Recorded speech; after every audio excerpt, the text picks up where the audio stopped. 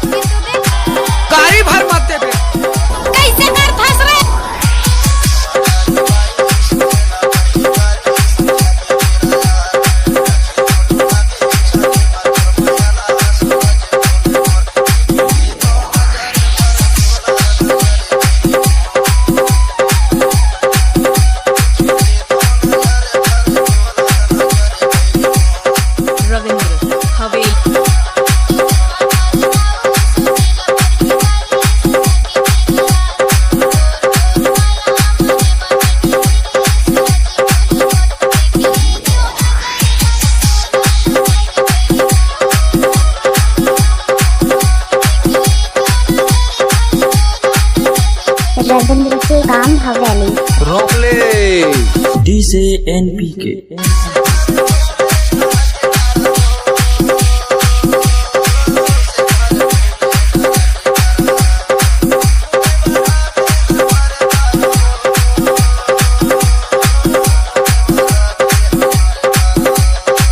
रविंद्र टेकाम हवेली।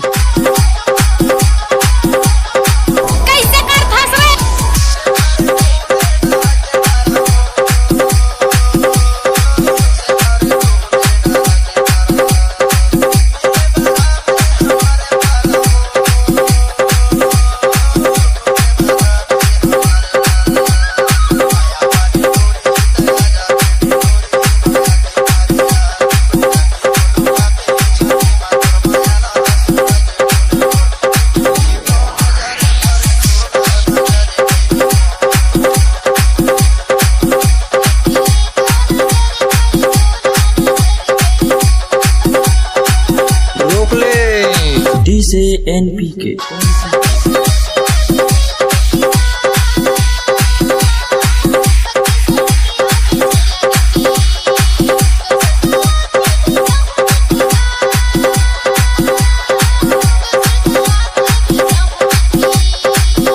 रविंद्र टेकाम हवेली।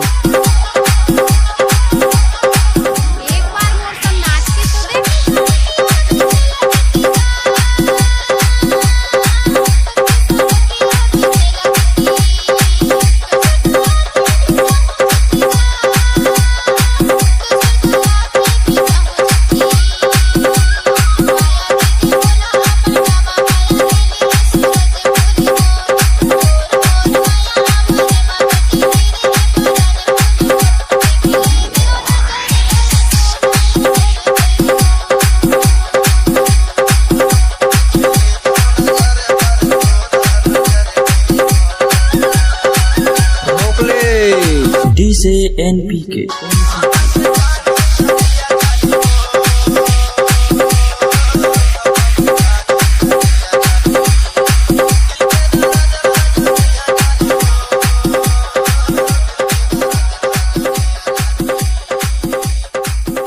क्या नाम है तुम्हारा? रविंद्र टेकाम हवेली। मैंने सुना नहीं।